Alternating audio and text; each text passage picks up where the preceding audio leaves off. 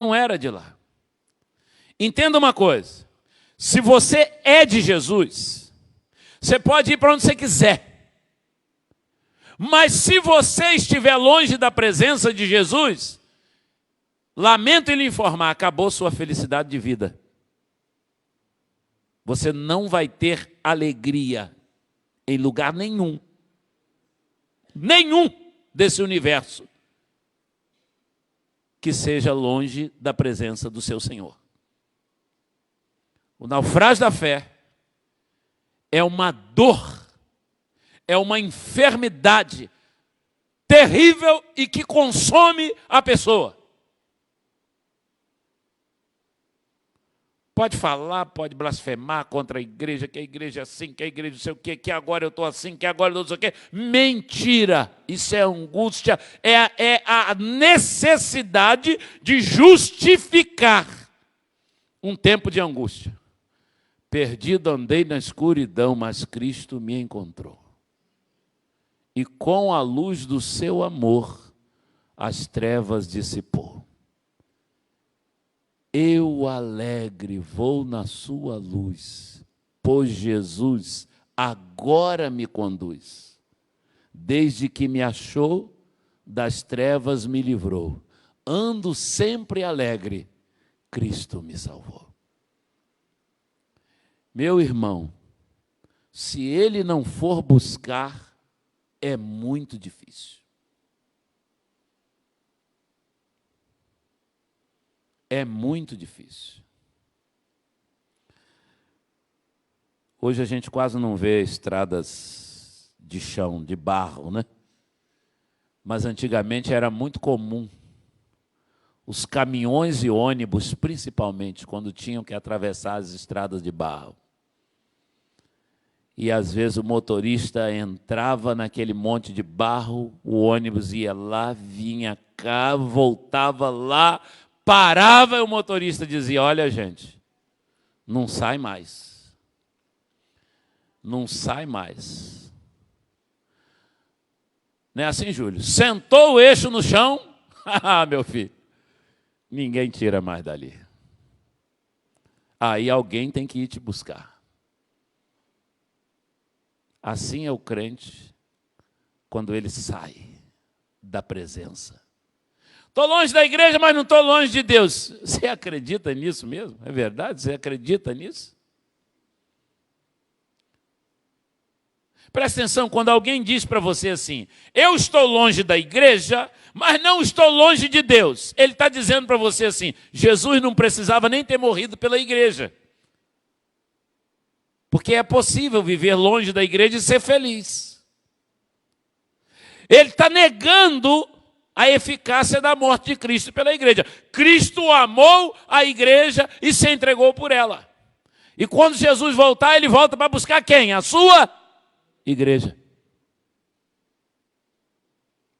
Então, o naufrágio da fé é um dos piores ou o pior fracasso que uma pessoa pode ter na vida.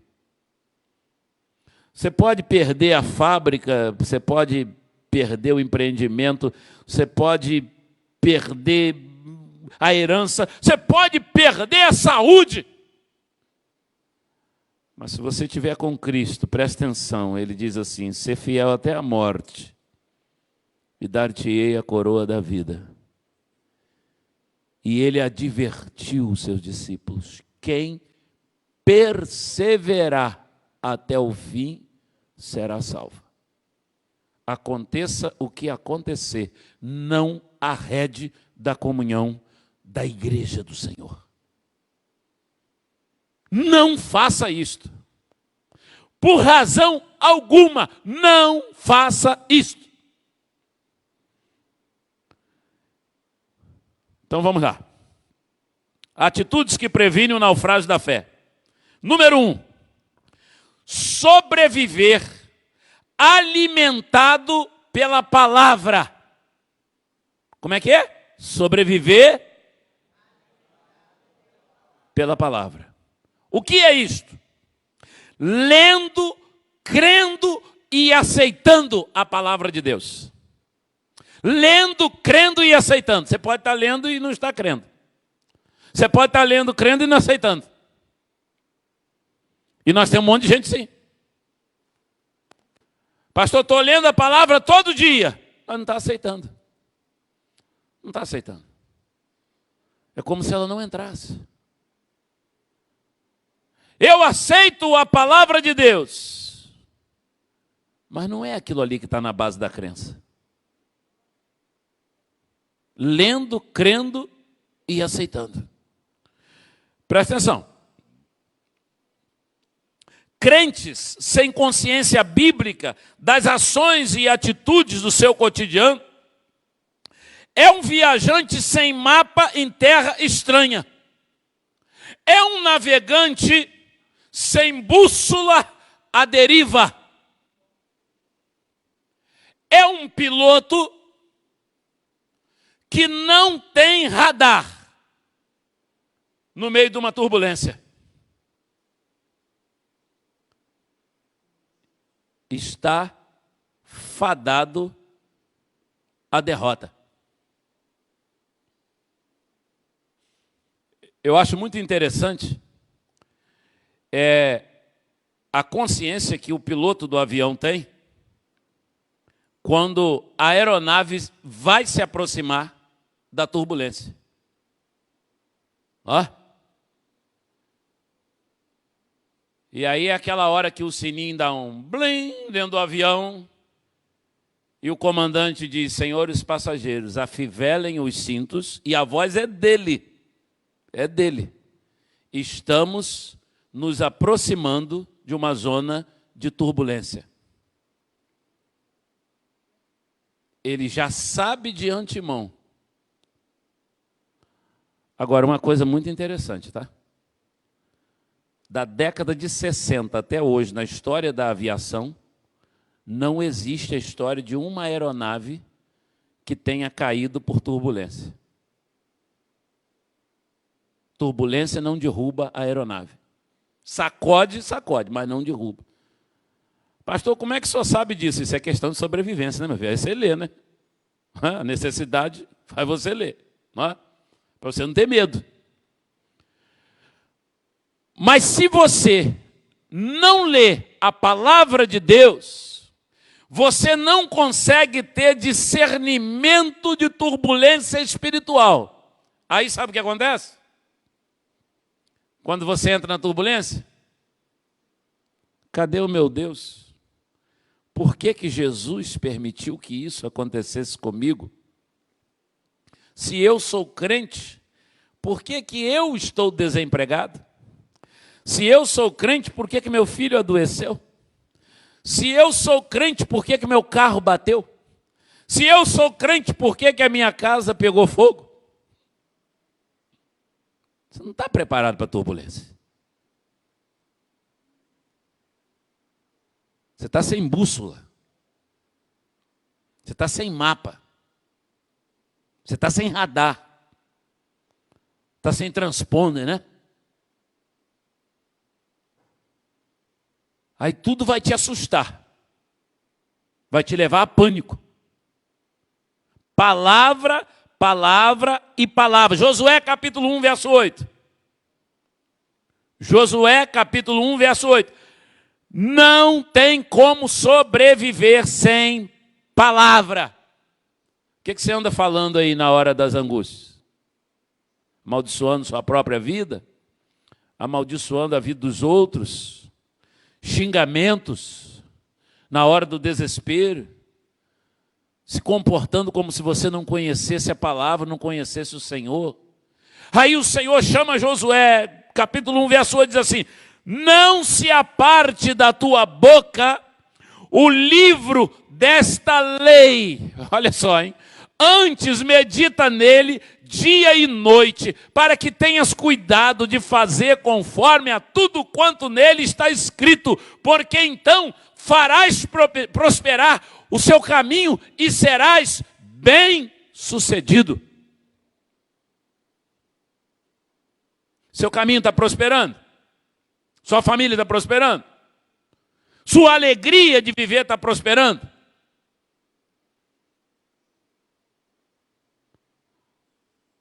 Pastor, eu ando meio triste com a minha família, com a minha casa, comigo mesmo. Mas o que você anda falando sobre sua casa? O diabo é astuto. O diabo é astuto. A Bíblia diz que a boca fala o que o coração está cheio. Se você vive amaldiçoando seu marido, o seu coração está cheio de maldição em relação a ele. Se você vive amaldiçoando sua esposa, seu coração está cheio de maldição em relação a ela. Se você vive pejorando a imagem dos seus filhos, seu coração está pejorativo em relação a eles. Se vive maldizendo a sua própria vida, você não está feliz em ser você. Aí vem o conselho para Josué: não se aparte da tua boca o livro desta lei, medita nele dia e noite, para que tenha cuidado de fazer conforme tudo que está escrito, porque então prosperarás e serás bem-sucedido.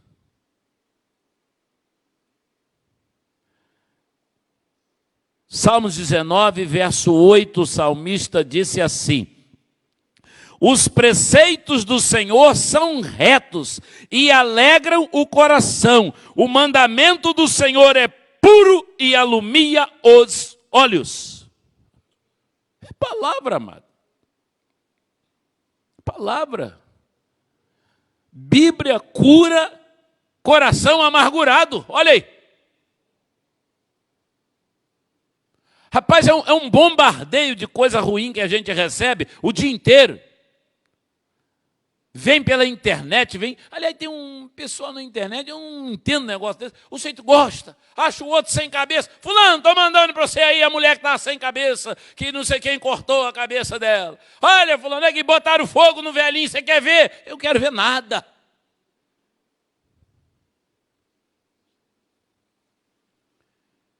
Eu quero orar, de angústia já tem muita.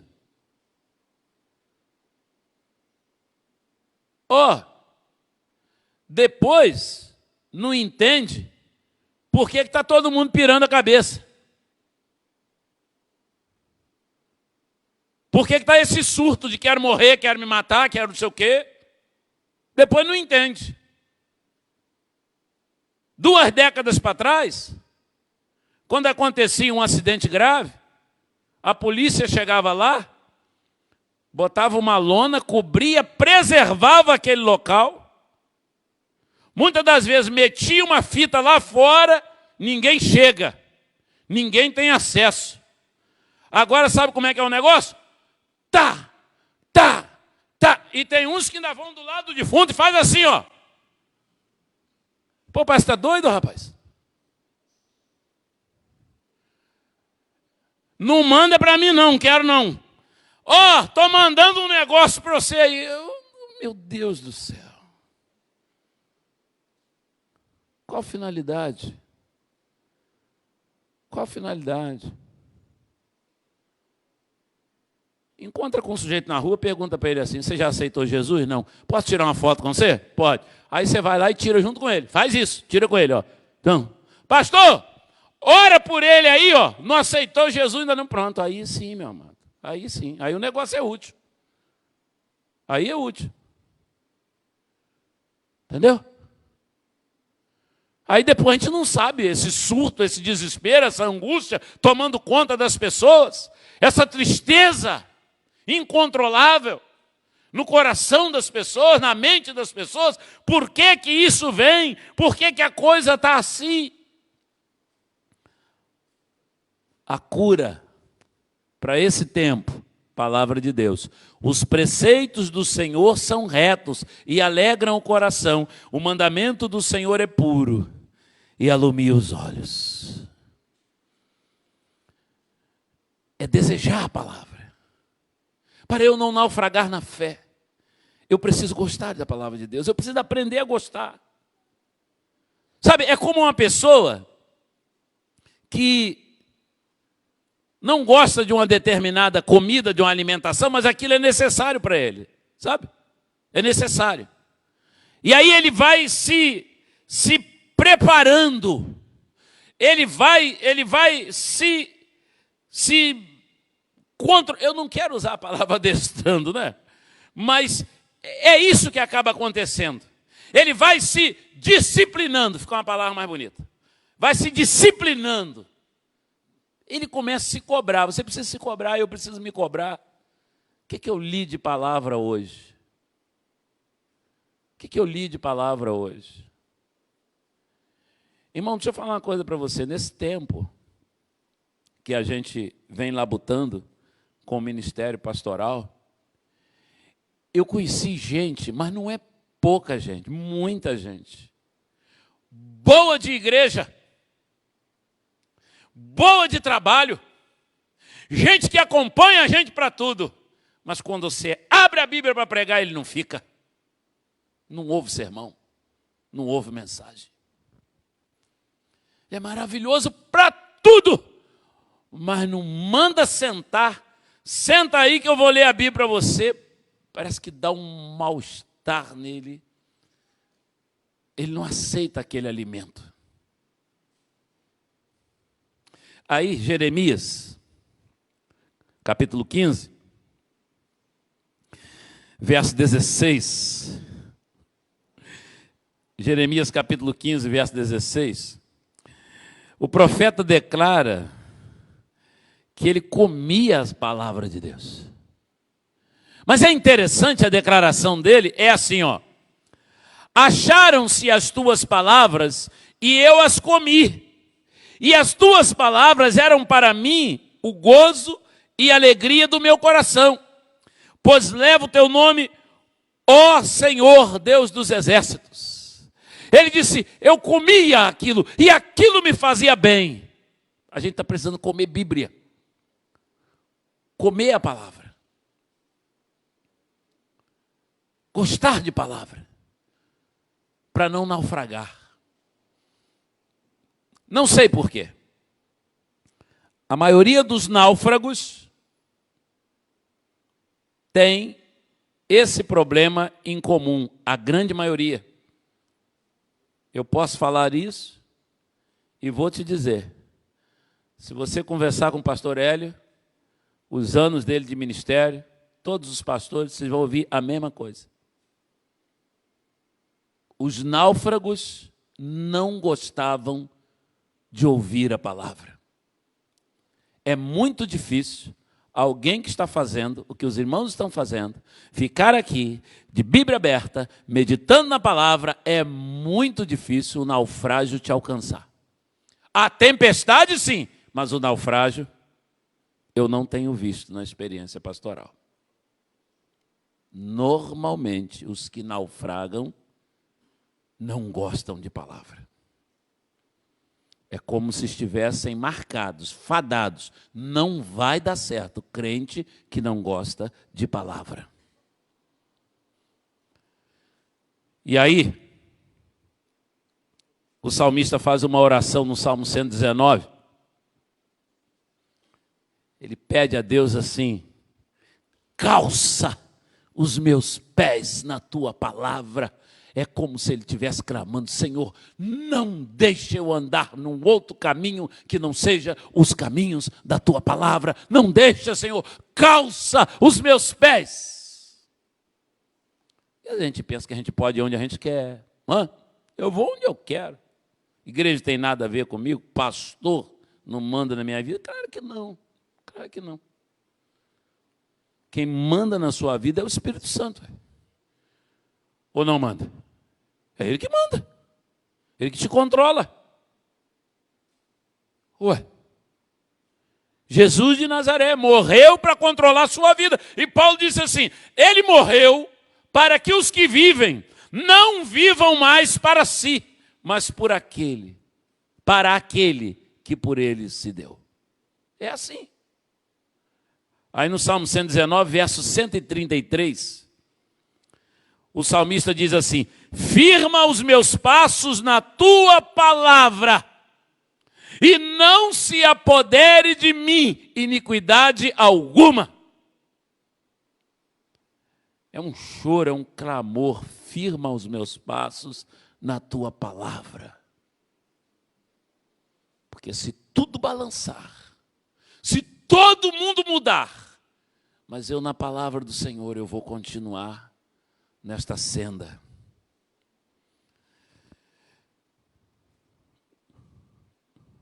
Glória a Deus. Sobreviver alimentado pela palavra. Isso vai prevenir naufrágio da fé. Outra coisa que eu preciso para não naufragar na fé é agir, viver, andar em cobertura de oração minha e dos santos. Isso não é brincadeira. Se a minha igreja orar por mim, eu não vou naufragar. Por isso que eu disse aos irmãos, coração está triste, pede ajuda, abre a boca, fala com o irmão, senta lá dele e diz, eu estou precisando que você ore por mim. Não tinha aquele boneco feio do desenho dos dinossauros? Não, tinha um filhinho do dinossauro. O filhinho do dinossauro, como é que era o nome do filhinho? Eu sei que... Baby. É Baby, né?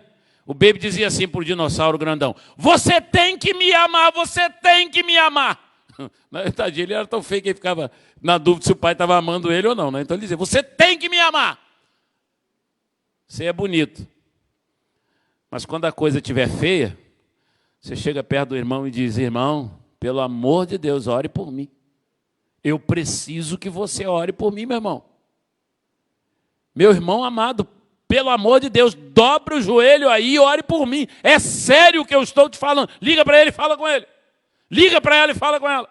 É sério o que eu estou falando com você. Ore por mim. Não dê chance ao inimigo de te jogar num calabouço. Não dê chance. Usa a arma que você tem. As armas da nossa milícia não são carnais, são poderosas em Deus para a destruição das fortalezas. Se você tiver 2, se você tiver 3, se tiver 4, você tem 5 irmãos na hora da angústia, você pega o seu telefone e diz, ore por mim, é só isso que eu posso te falar agora. Ore por mim, dobra o joelho aí onde você está. E ele te coloca debaixo de uma cobertura de oração. Não deixe o naufrágio acontecer. Não deixe o barco beber água para depois pedir ajuda.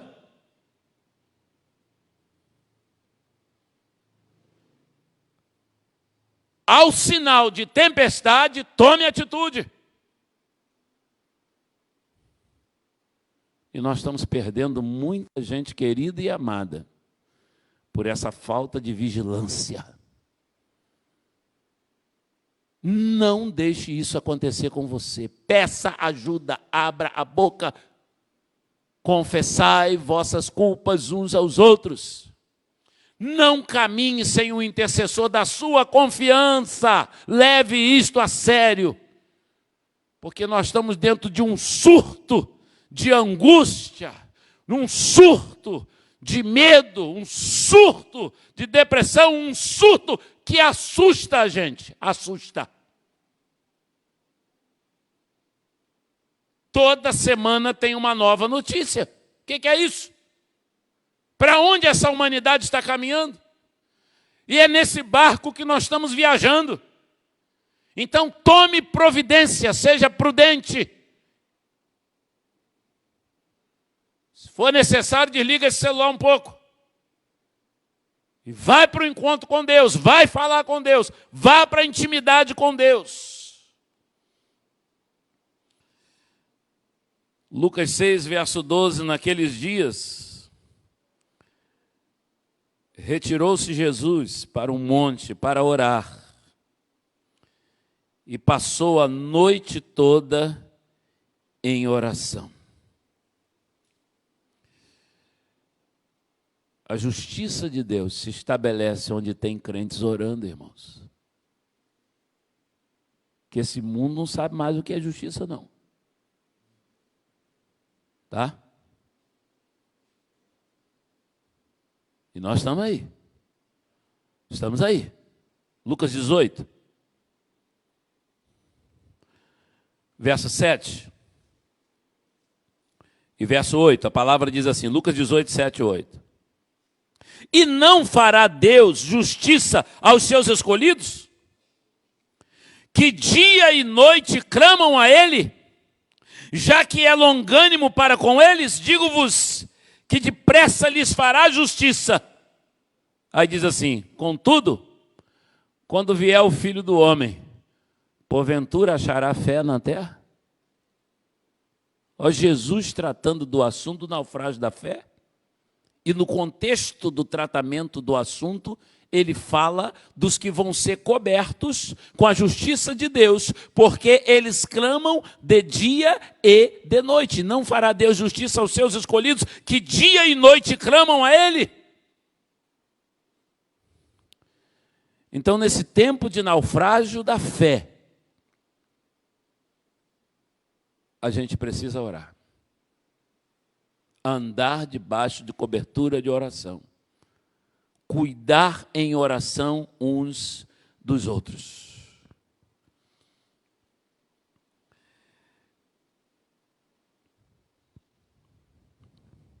Três. Para prevenir o naufrágio da fé, seja zeloso com os encontros de comunhão da sua igreja. Seja zeloso. O povo diz no interior que caititu fora da manada vira comida de onça. Você sabe o que significa isso? Falei em hebraico, né? Caititu é parecido com um porquinho do mato, né? Joaquim hoje não está aqui para conferir, né? Que Joaquim veio lá do meio da mata, né? Ele sabe esse negócio. Ó. E eles andam em manada. Porque em manada, para enfrentar eles não é fácil. Não é fácil. Eles também não são brinquedo, não. Quando a onça encontra a manada, ela roda, ela não vê posição. Que ela vai entrar em um, o outro vai, ó, bocar nela. Não tem para onde correr, que eles não se afastam do outro na hora da briga. Aí o outro vai. Só que quando ela pega um sozinho, meu irmão, aquele paga pela raiva que ela tem da manada toda. Isso equivale a dizer que quando o diabo pega um crente que está começando a andar sem a igreja, sem comunhão, sem palavra, sem oração, sem liturgia de culto na sua vida, sem comprometimento, o diabo fica só olhando. Fica só olhando. Ele vai olhando. Por onde que ele está vindo? Qual o caminho que ele está vindo? E aí, há poucos dias, aqui perto de nós, questão ética, né? Alguns nomes eu já não posso citar aqui, que eu estou na rede, né? Mas há poucos dias, um irmão sentou comigo e começou me contando uma situação que aconteceu, em que 8 pessoas morreram numa confusão. 8 pessoas. E tudo isso desencadeou-se por causa de um moço da igreja local, da onde aquele irmão é. Tudo desencadeou-se. Uma pessoa fez uma coisa com ele, e ele foi reclamar, ele disse, olha, você me trouxe um problema muito grave. Você me trouxe um problema muito sério. Você fez isso, e isso, e isso, e você estava usando o meu carro. E realmente tinha acontecido. E o carro dele tinha sido usado. Ele da igreja. E aí aquele cidadão foi num determinado lugar, ligou para ele e disse assim, você pode vir aqui onde eu estou, que eu preciso conversar com você? Ele foi. Quando ele chegou lá, o indivíduo executou ele. Menino querido de todo mundo. A notícia rodou, saiu um grupo da comunidade e veio buscar o indivíduo. que tinha feito aquilo. Executaram o indivíduo. Aí o indivíduo era ligado a uma outra facção. A outra de lá veio, quando parou, tinha 8 mortos. No mesmo, na mesma sequência, assim, de um dia até clarear no outro. Mas quando o irmão me contava isso, muito consternado, ele disse: pastor, menino bom, foi um pequeno tempo que ele se afastou da igreja. Eu falei: ó a explicação aí. Ele tinha se afastado, pastor. E a gente encontrava com ele, ele dizia: eu vou voltar. E as pessoas diziam para ele assim: o seu lugar é lá. Afastou. Aí são novos amigos. Olha a artimanha do inimigo. Se chamasse ele, ele não ia. Sugerisse para ele, ele não ia. Mas olha a artimanha que o inimigo engendrou. Põe o carro dele emprestado e vai e faz. E ele foi só reclamar. Ele não ameaçou vingança, nada. Ele foi reclamar. Mas o outro, que a mente já estava tomada pelo inimigo, disse: ele vai abrir a boca, vai enrolar a vida de muita gente. Qual a solução? Eu acabo com ele. É o catitu fora da manada. Não deixe a comunhão da igreja, se você não quer naufragar. Hebreus. A gente vai fechar aqui para orar. Hebreus, capítulo 10, verso 25. Hebreus, capítulo 10, verso 25. Ausentar-se da comunhão é um risco. A recomendação da Bíblia. Vamos lá? Não deixando nossa mútua congregação, como é costume de alguns, antes ademoestando-nos uns aos outros, tanto mais quanto vedes que se vai aproximando aquele dia.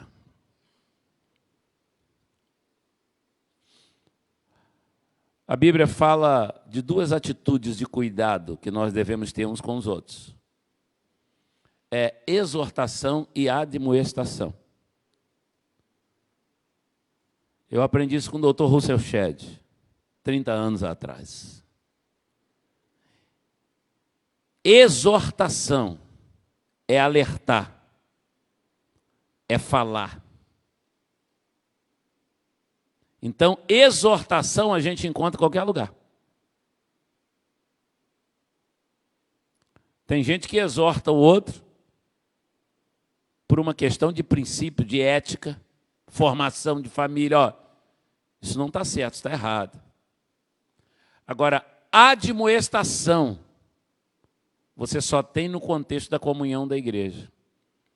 Porque admoestação é assim: irmão, vem cá. Vamos andar junto aqui. Nosso caminho é esse aqui, ó. Nós estamos indo para lá, irmão. Esse desvio aqui não é para nós. Então nós vamos juntos para a escola bíblica. Nós vamos juntos para o PGM. O que você precisa? É que te leve? O que tem acontecido de diferente para nós enquanto igreja nesse relacionamento de PGM?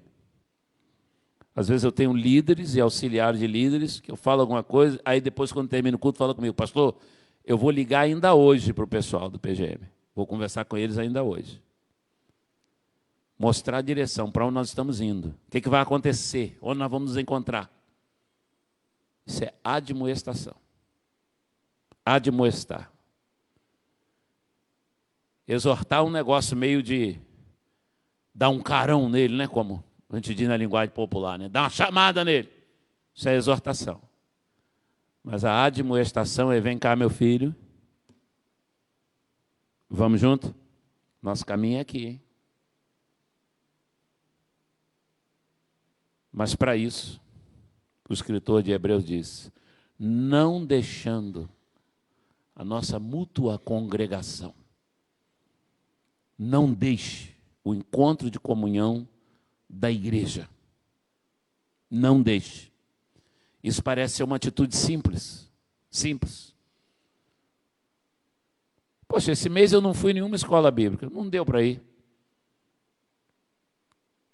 Também não fui a nenhum culto de oração, mas eu não pude ir. Eu não fui a nenhuma atividade da igreja, não fui ao PGM, eu não estou em condição de ir.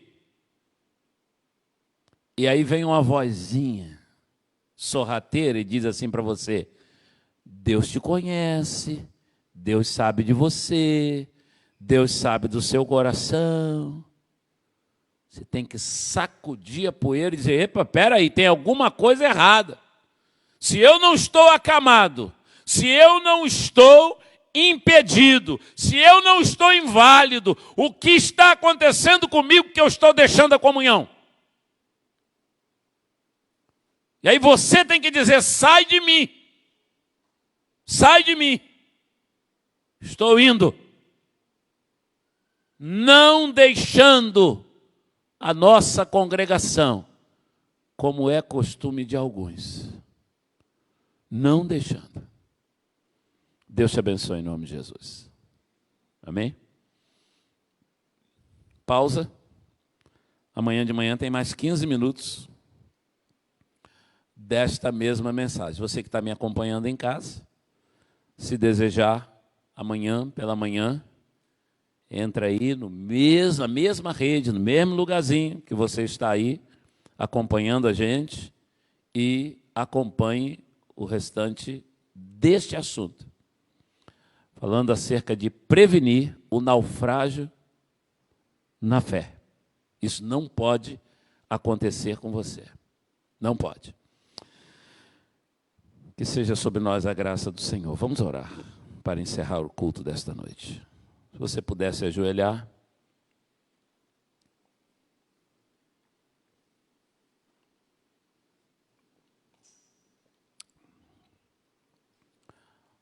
Amém. Glória a Deus. Esse é o tempo da nossa fervente oração. Derramar o nosso coração diante do Senhor. Colocar tudo no altar do nosso Deus.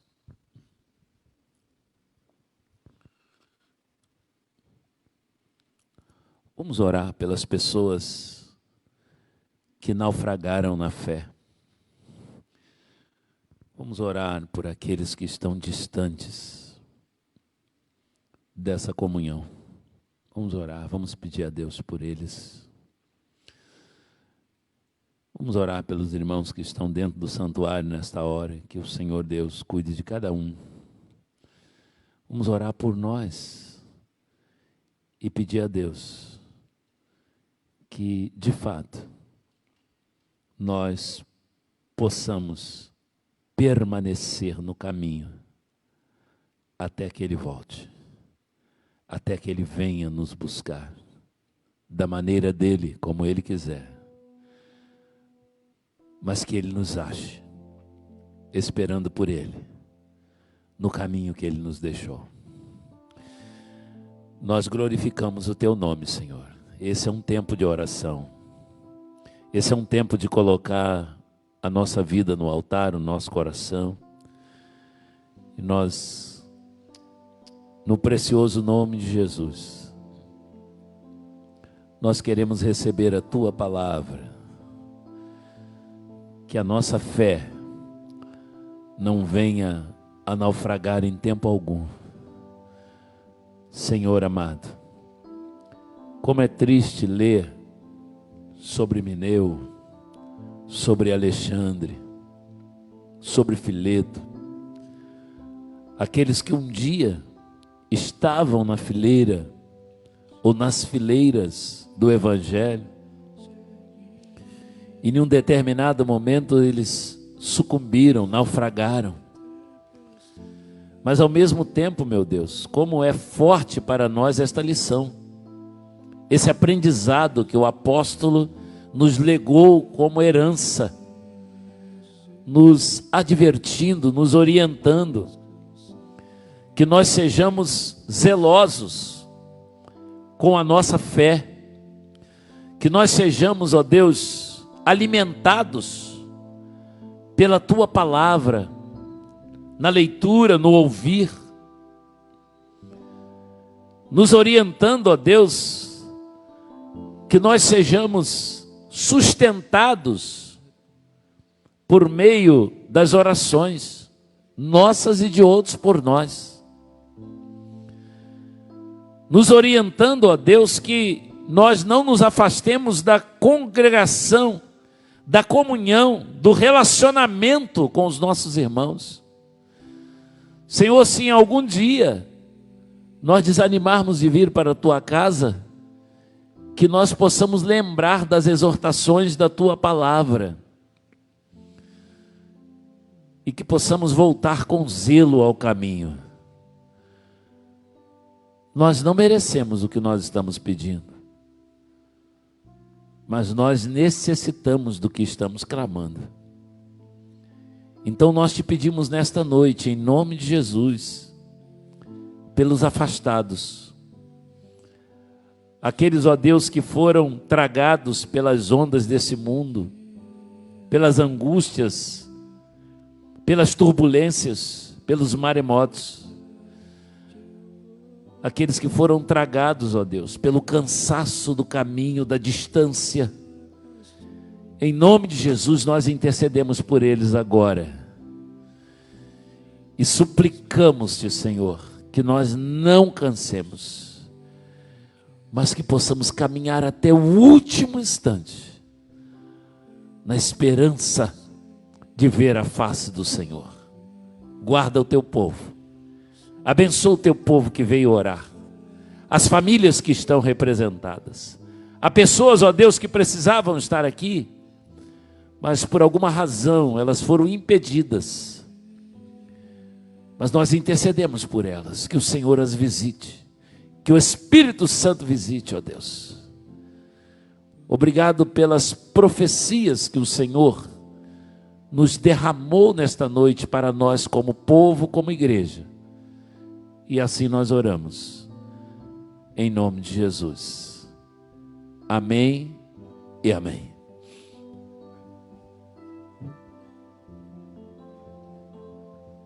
Glória a Deus. Irmãos amados do Senhor,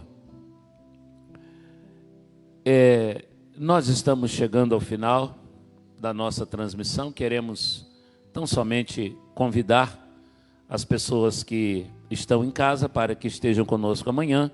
A partir das 7 horas da manhã, o santuário da primeira igreja está aberto e a gente tem um momento, encontro de oração, tá?